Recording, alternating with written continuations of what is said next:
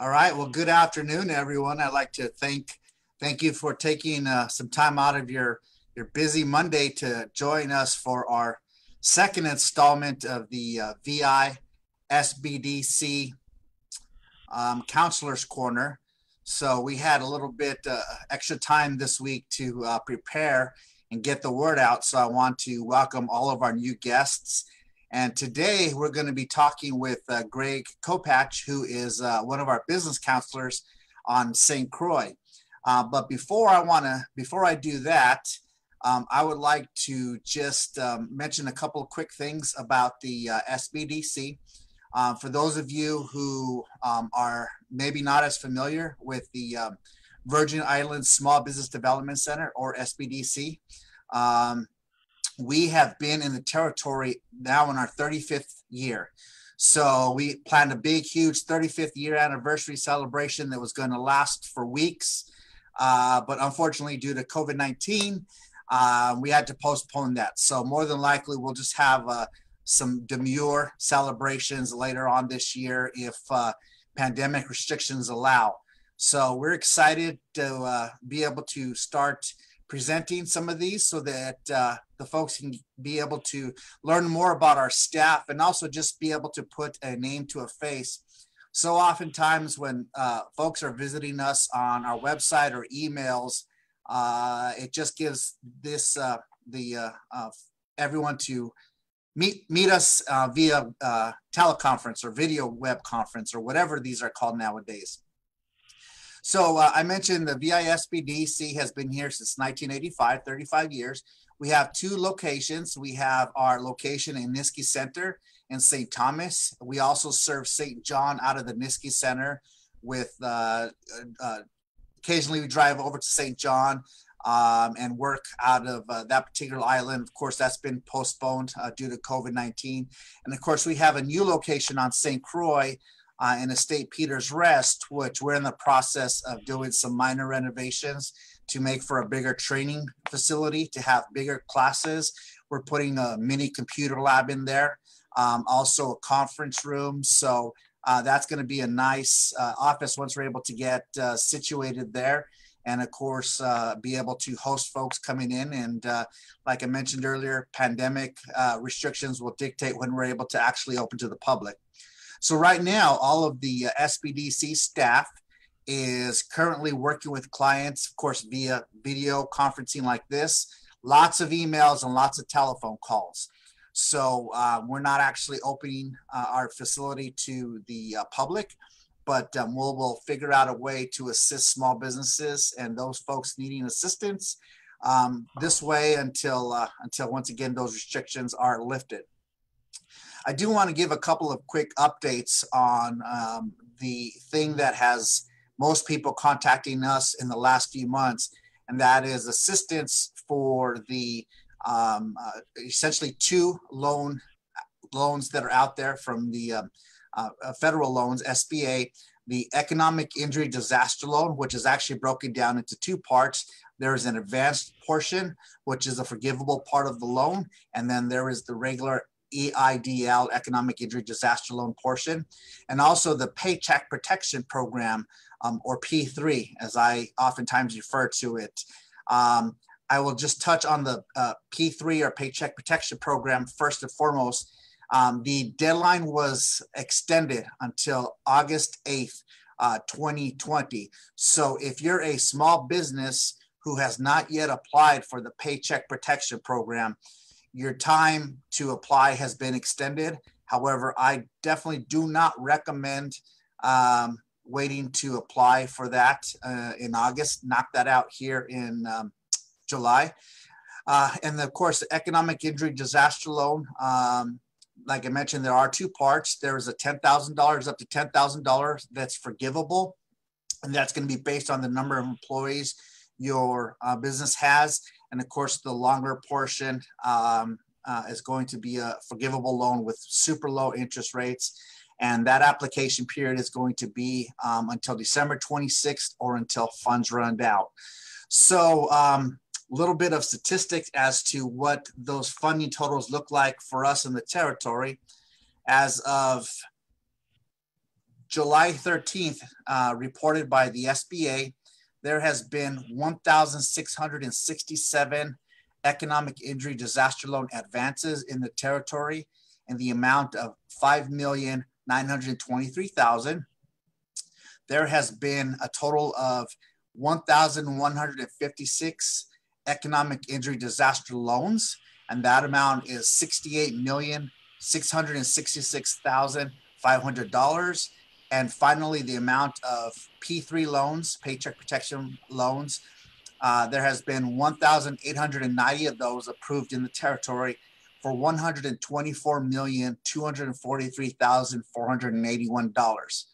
All in all, total amount of federal funding through July 13th, as reported by SBA, is $198,832,981. Now, just real quick to put this in perspective, that's fantastic that we're able to receive federal funding like that. But I want to just re-emphasize the fact that the local economy is suffered greatly because of the COVID-19 pandemic, with many small businesses are probably not going to make it through this pandemic. And so there's a lot of revenue that's being lost. And once again, we're here at the SBDC to try and help those businesses through this trying time through assistance, technical assistance and guidance. So without further ado, I would just like to, first of all, once again, introduce Greg Kopatch, who is our business counselor on St. Croix. I'm sorry, Greg. This is what I like to do, is I like to start something and then go off in a different direction. If you have any questions for myself or Greg, please put it in the comment section and we'll address those questions towards the end of the Q&A session that we go with Greg. So Greg Kopatch, tell us a little bit about yourself. Okay, well, hello everyone. Can everyone hear me okay? Yes, sir, you got it. Okay, I'm on my screen. I'm actually getting a little message that's popping up and it's saying you have an unstable internet connection. Oh, but okay. Anyway, fingers are crossed. Thanks for coming out tonight.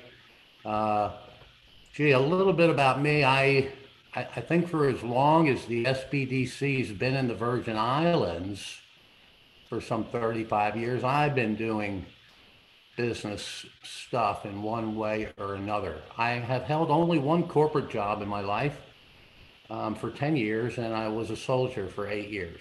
Other than that, it's been all business. I franchised my own company. I've done 7 startups. I love it, and I got into it at a very young age, and I found the SCORE organization, and gee whiz, that was 35 years ago. And so now, here we are, Virgin Islands. It's been great. I've been here a little over 2 years and had a lot of great experiences. Just loving it. I recently took up surf fishing, and I do that every morning now from about 5 to 7:30. So that's my story, and I'm sticking to it.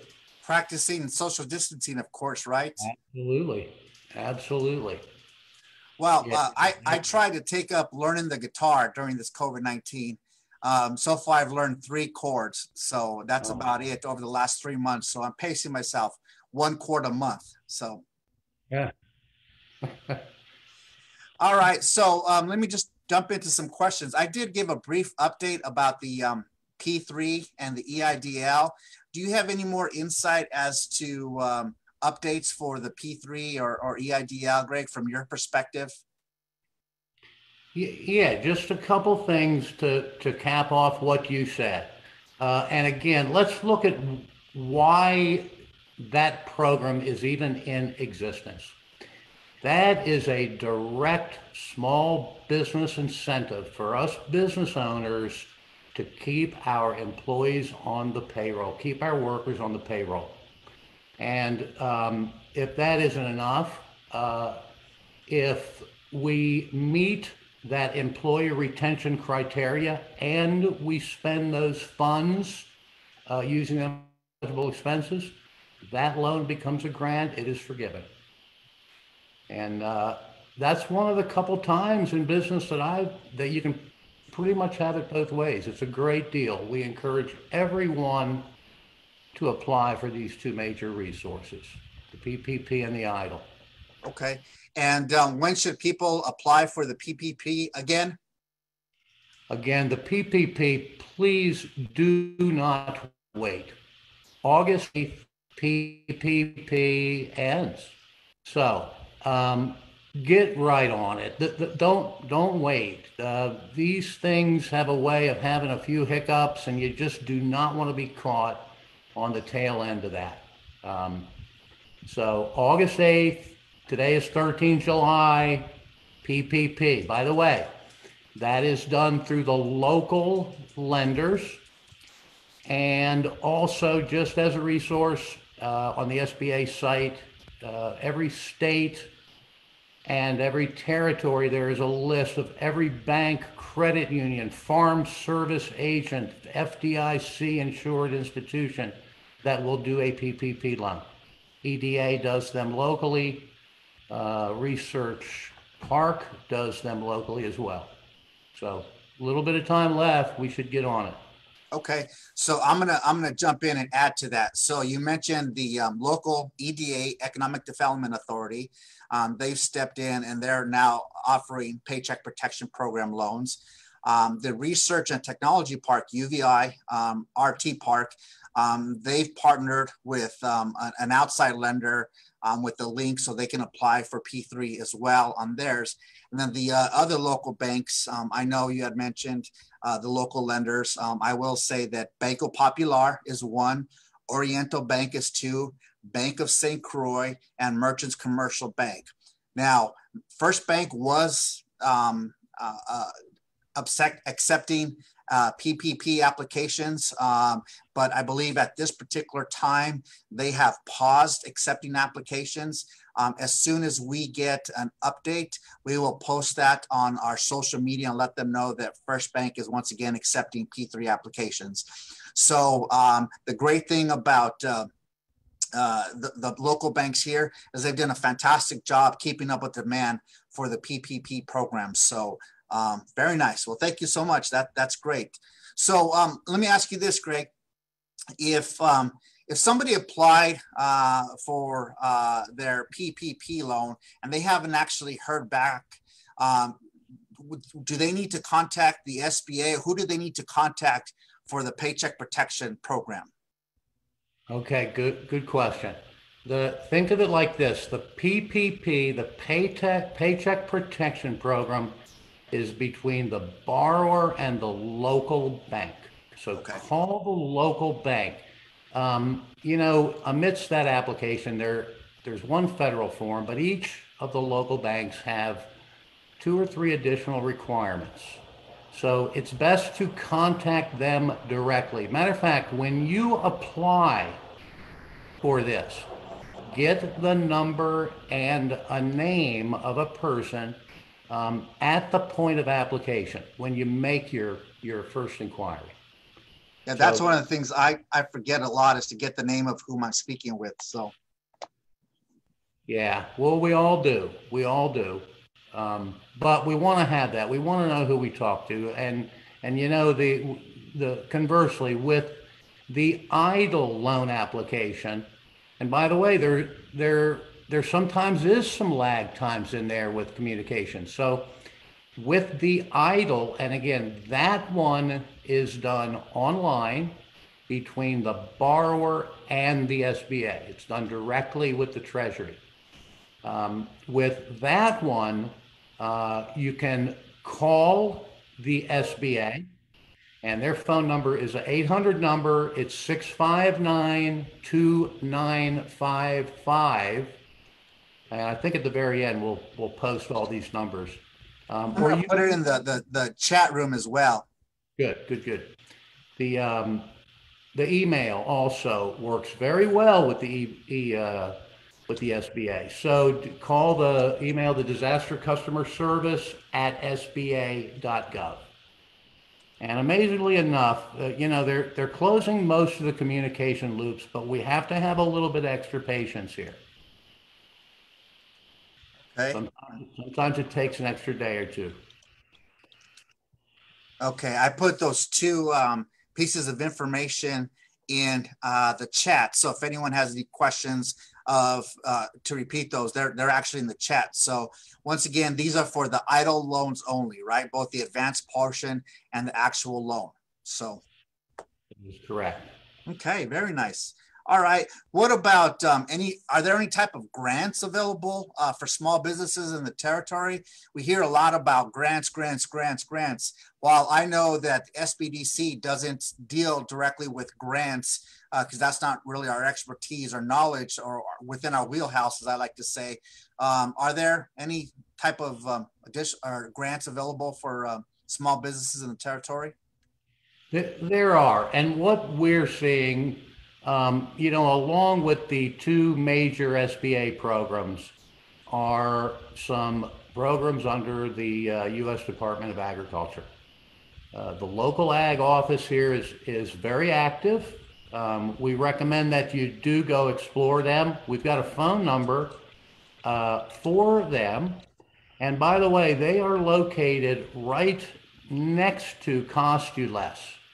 On the same side of the street there, if you will, as opposed to our new office, which is across the street from Cost You Less.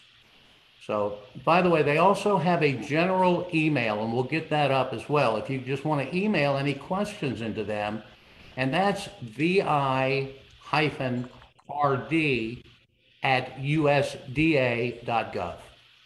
They're good folks over there. They're willing to help. And again, we'll have these numbers posted at the end of the discussion. Do you happen to have, because I'll post it right now in the chat. Do you have a local number, or we'll get that at the end? I'm sorry. Yes, I do. It's the local number here to the office, 340-773-9146, extension 4. Okay, I'm going to put that in the group as well, the group chat. So, okay.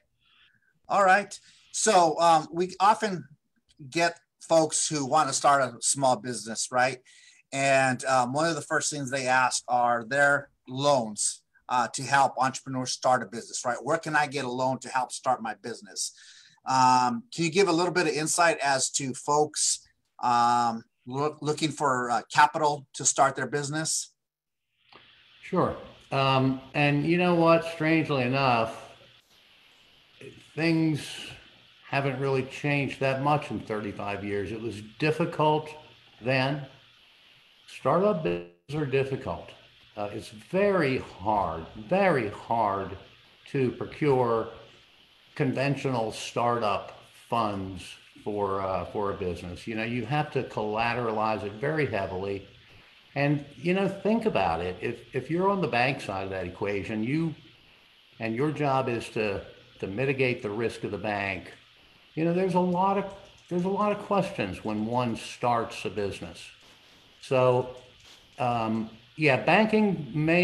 regular bank may be a last resort, but boy, there's a lot of other options. And depending on how bad you want that business, I did in 2 cases start off of double-digit credit card loans. I went to my family, family and friends, and now, there's crowdfunding. There's a lot of different options now, but conventionally, it's very, very difficult for to walk into a bank, even with a really, really tight business plan. There's a lot of risk. There's just a lot of risk, as you can imagine. Sure. I know that's been one challenge. Go ahead. I'm sorry. No, I was going to say there are always options. We're seeing this now amidst COVID-19. We're seeing new partnerships develop. So we can do, bigger debt restructuring type of tasks. There's lots going on that are pretty much outside the box here, particularly the pandemic. Everybody's rethinking everything. And by the way, to those folks who are serious about launching a business now, I salute you. I salute you. That takes a lot of planning, and it takes a lot of prudence to launch a business right now. It's very doable, and for some, it's a huge opportunity. So I salute those new startups. Sure. But Absolutely. startup money is tough. Go ahead. I'm sorry. Startup monies are tough, as we all know. Okay. So essentially, anytime that I've worked with small businesses in the past X amount of years that I've been doing this, the first thing I asked them is, I said, how much money are you going to put into this, right? Because there's an old adage that banks always go to is, how much skin do you have in the game? And they're always going to want to make sure that you have enough money to, number one, put into the business yourself before they even think about accepting a loan application from you. They're going to look to see what type of assets you have. And of course, you mentioned it earlier. You can go to family or friends, but the main thing is most folks need some sort of saved startup capital to go forward, even before they even think about getting a loan. So that's just some good general advice. And a lot of people want to start businesses with grants. And unfortunately, that's even more rare to find a grant to start a business, a private business, than getting a loan for starting a business. So let me ask you this. What other type of advice would you give to entrepreneurs besides the financial part when starting a business? So we know that they should save, family, friends, whatever resource they have available. What are some other things that they need to know before starting a business? Well, boy, there's a bunch. My mind goes to a couple things. I want to back up one step. On our website, in the tools section, is a one sheet of paper titled, "How do I qualify for a business loan?" It's a valuable sheet of paper. It's free. And we've actually been using it quite a bit lately. So that's the loan part. As far as things to think about, oh my goodness. Well, I've always said, do it to change your life. Don't get into business because it's a hobby. But along those lines too, if you're serious, I think it's important to think out front. I think it's important to be able to close your eyes and snap your finger and transport yourself and be able to really, really have a feeling, and not a crystal clear one. Where is it you want that business to be in 3 years? Because if you work at it, you can do just that. So get a real good picture. Know what it is. All the usual things. Know exactly and precisely who your customers are. Don't try to do it alone. One of the benefits that I had going through a lot of this was I really took advantage of agencies like SCORE, and it was amazing to have just have another set of eyes and ears there assist you. A lot of them had made some of the same types of mistakes, so you didn't have to go through it. But don't go through it alone. Don't step it. Get your hands, read everything you can get your hands on. Get a good consultant, because the best business ideas, they at some point you've got to put that pencil on the paper and say, okay, it's a good idea. Let's now see if it makes sense. Okay, And so what? Oh, go ahead. I'm sorry. The numbers to it. That's one of the things that that's inherent in the SBDC. It's one of the things we do. By the way, as you can imagine, um, we get hit with great business ideas all the time. There's no shortage of entrepreneurial spirit in the Virgin Islands. Um, the business ideas have to make sense. And we can show you how to do that on paper. They literally have to make sense. This is a very unique area that we're operating in. So there's a couple things that we, have and should do in business when we're dealing, particularly with bricks and mortar stores. Um, so the SBDC has got a lot of a big bandwidth of experience. So don't try to do it alone. Get some help. And by the way, our services are free of our consulting and advising. Once in a while, we put on some training that we may charge for. But in terms of business consulting, one-on-one counseling and advice, it's free of charge. And we invite you to use it, to utilize it. Okay, well, great. Those are some great general kind of guidelines. You did mention that they should seek a consultant. So one of the great things that we do is we provide the services that there are no charges to our clients. Should somebody who's looking to start a business who has the money, should they seek a consultant, or what's the benefit of going to a private consultant versus coming over to the SBDC? Well, I think it just depends what level of, business acumen, what level you're at. But I will say this, and having been here 2 years, knowing our staff like we do, we've got a lot of experience. We've done a lot of different things, our staff. There's a lot of tenure, a lot of institutional knowledge. Don't rule us out. Just in the last 8 months, here's one for you. We're talking about funding.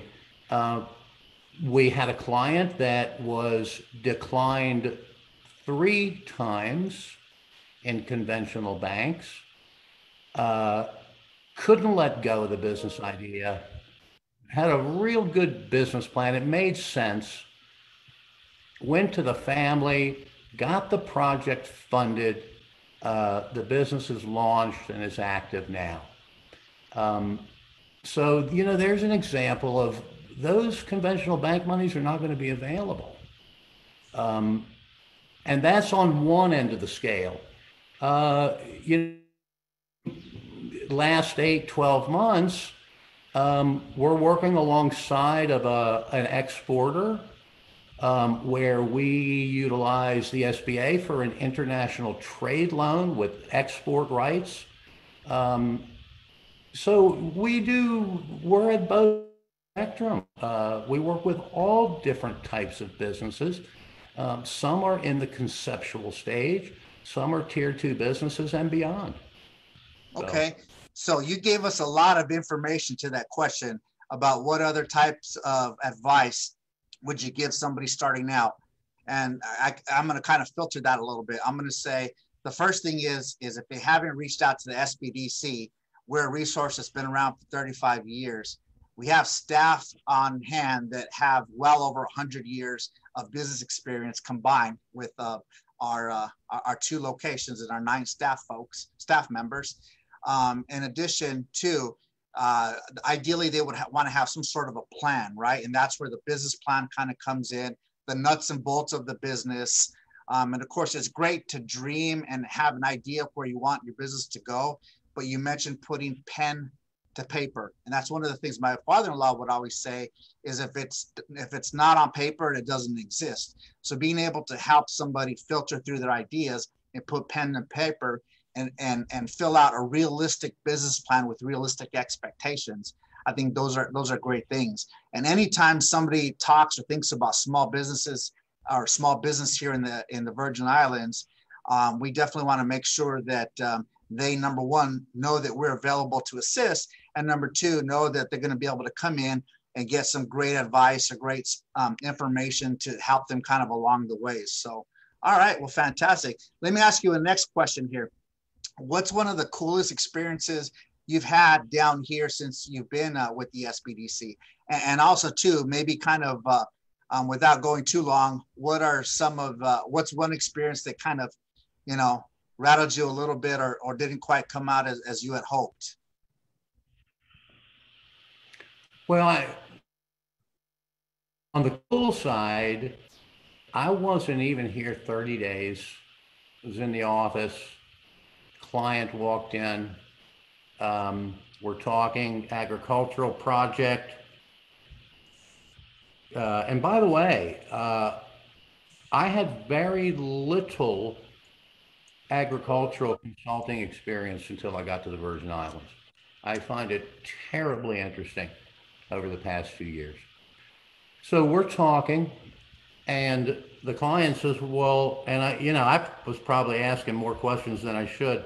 The client looks up and says, well, have you met the Commissioner of Agriculture? I said, no, I've only been here just a couple weeks. They said, well, would you like to? I said, sure. They said, well, come on, I'll drive.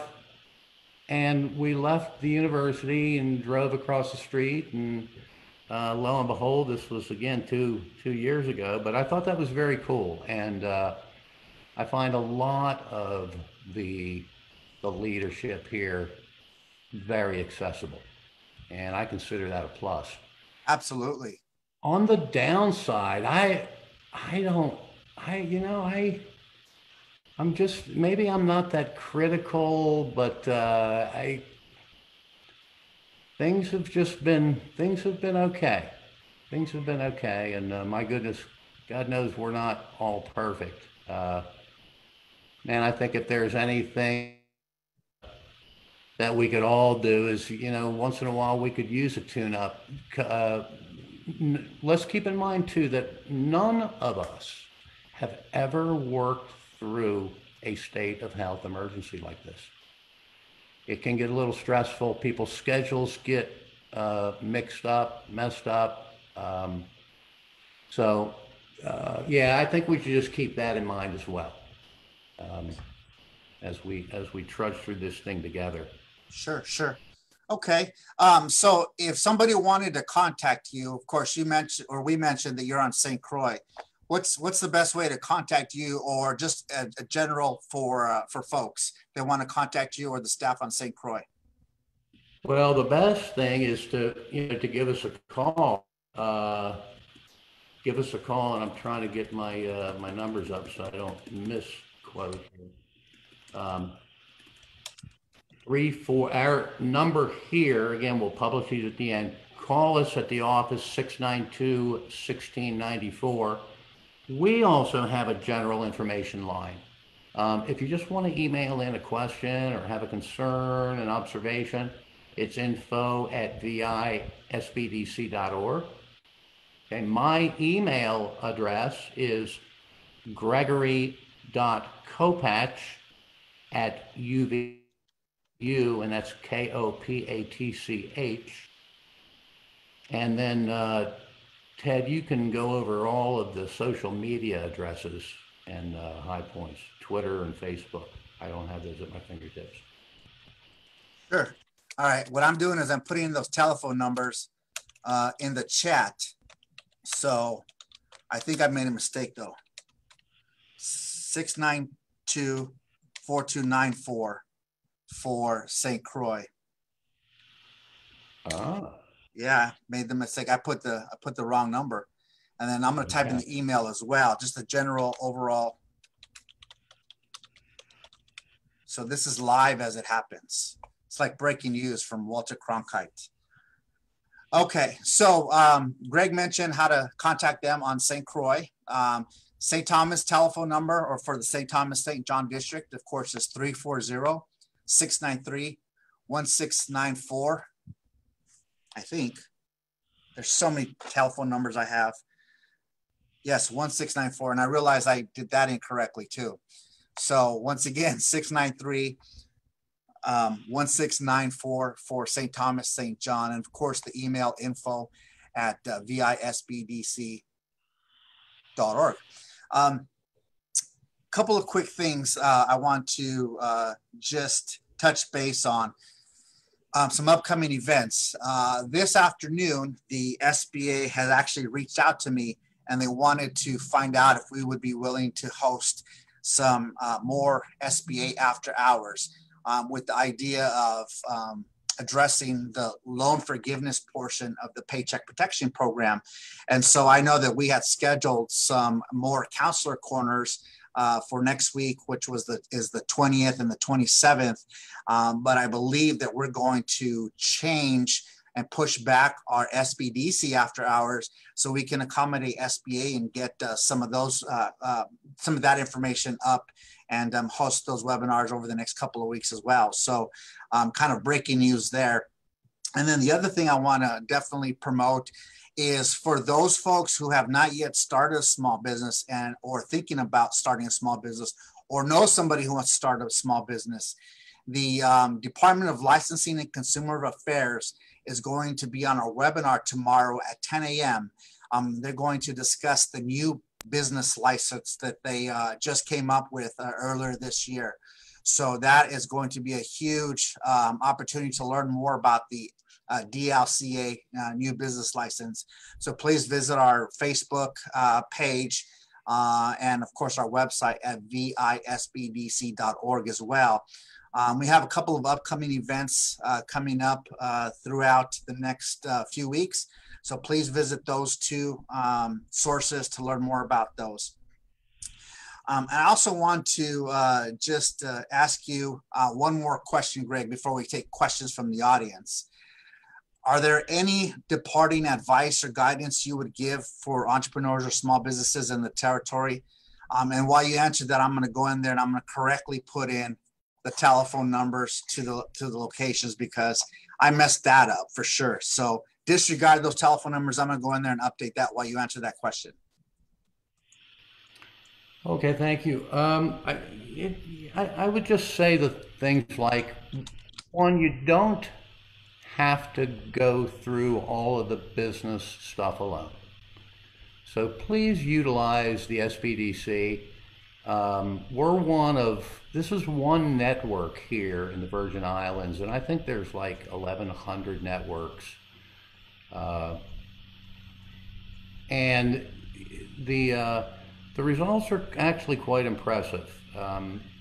Again, we've got a large bandwidth with the counselors here, so you don't have to go it alone. Number two, please be prepared to think and work, particularly amidst COVID-19. It does require some different type of business thinking and business planning.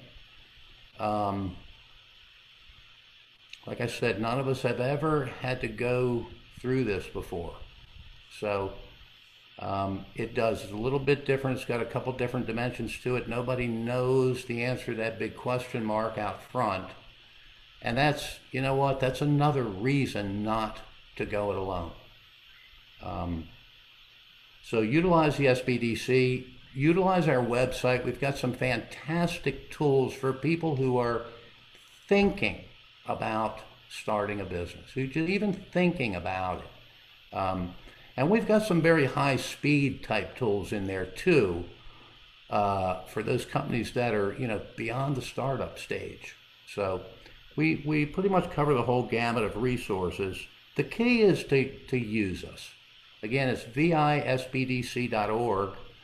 Our website is consistently undergoing some continuous changes, but it's got a lot of good stuff on it. So check it out. Okay. Sounds good. So what I want to do is I want to go through and read a couple of the questions that we have in our chat. So I'm going to start from the top and go ahead and answer a question here. I'm going to read it to you and I'm going to let you answer it if feasible. So a question is that they met with a business owner on St. Thomas today and they told them about the EIDL. and they're planning on sending them to the SBA link for more information, but should they refer them to SBDC first? Absolutely. You know, if you do go to the SBA, it's likely that you're going to get referred back to the SBDC. Now, call us, particularly when it comes to idle. Let us save you some time on that. So we're very familiar with the idle application and all the changes that it's been through. And that one, by the way, is concludes, I want to say 30 December, Ted, is that right? December 26th, 26th. or until funds run out. The other thing too, just a reminder, as of Saturday, there is no longer the advance portion of the idle loan. So by law, that ran out and it was not scheduled to refund. So, but the idle loan is completely still in effect, and we encourage everyone to complete that application. Simple application, by the way. Very, very simple application. Okay. All right. Next question. It's coming from somebody. I did not apply because I thought I missed the deadline. I'm assuming that person's talking about the PPP. If I do not yet have a VI business license, but they have a USA LLC, and they have not yet filed their taxes, might they still be eligible for the PPP? You came in a little bit broken. Okay. I heard you say that there was no tax return prepared. Early on, the SBA had said if tax returns are not prepared, an internal income statement would suffice. So if your 2019 taxes have not been prepared yet, and I think they're due in 2 days for some, yes, produce a 2019 income statement and apply. And Ted, did you say something about PPP in that question as well? Well, I think they were referring to the PPP. So do they need a Virgin Islands business license to apply for the P3? No, they need a business license. If they do or they do not? Say again? Do they need a business license in the Virgin Islands to apply for the PPP? If they're going to apply here, they're going to need a business license. I would think if their company is headquartered back in the 48, they will contact their lender in the 48. If they're operating here, they would need a license here to operate. Okay. All right. Answer the question? I hope so. Yeah, that makes sense. So, all right. Perfect. Let me scroll down. Okay. So the EIDL has a list of uses of what to use it for, what not to use it for. Since there is no forgiveness portion for the EIDL loan, what follow-up or verification is required to identify that EIDL loans were used for those specific allowed purposes? Before I kick that over to you, I'm gonna just kind of jump in with my 2 cents. I would expect on the back end, when it's time to file your taxes, you're going to have to show how you utilize those funds to determine whether or not they were correctly applied and correctly used. And of course, up front, they list the guidelines of yeses and nos, and it's up to the small business owner to follow those guidelines and make sure that you document everything, every penny that you use from that loan, so that on the back end, when you file your taxes, that you'll have that documentation. Would you agree, or would you say there's additional things that they need to be aware of? No, you could not have said it better. That's precisely what they need to do. Yeah. No. That's covered. Okay, perfect. Well, let's see here. Lourdes Carrasquillo Bezares says hello. Cheryl George Chance says hello, and Priscilla Lynn say hello. So thank you, folks, for joining us today. I know your time is very valuable and we appreciate it. I don't see any more questions on here. So that tells me that either A, we did such a fantastic job of addressing everything today, or B, we bored the heck out of everybody and they bailed out early. So I'm going to go with the former and say that we did a great job of answering questions. So once again, Greg, thank you so much for your time. We appreciate you sharing a little bit of your information with us, your experience, and getting to put a name to a face. I will remind everybody that we will host the SBA after hours next week from 5 to 6 p.m. and probably over the next 2 Mondays with SBA. So if you have any additional questions, please reach out to us, either St. Thomas, St. John, or St. Croix. And we look forward to assisting those small folks in the territory. So please let us know how we can assist you. Greg, any last parting words? No, I think you pretty much covered. I just wanted to thank everyone for coming out. The next couple weeks are pretty interesting. We've got a lot of information headed our way on government contracting.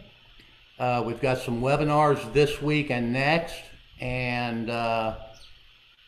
let's see, we've got, I think that's about it right now. We've got some very interesting contractor team webinars, some basic skills type, what you do after, what's an RFP, how do we complete those? So sure. While we're getting a lot better with signing people up under the federal contracting system, there is that next step that we want to go to, and we want to really get good at that and learn our way in and out of that system to identify those contracting opportunities. So, sure. And just to touch base on that real quick is not only are there some federal contracting opportunities, but local contracting opportunities as well. And the local folks, the local government follows the same protocols and procedures that federal does. So if a business is able to get qualified as a either minority contractor or a women-owned contract business, then the benefits are huge, and of course we can assist with those as well. All right, well, thank you very much. I do want to just remind everybody that we have Department of Licensing and Consumer Affairs tomorrow for a webinar at 10 a.m. You can register for that on our Facebook or through our Facebook or website as well. It's going to be a Zoom, and they're going to be discussing the new business license that they've issued for the territory. So I'm very interested in hearing straight from them. And once again, thank you for your time, and have a fantastic evening, and be safe. And we'll see you soon. All right. Thank you all.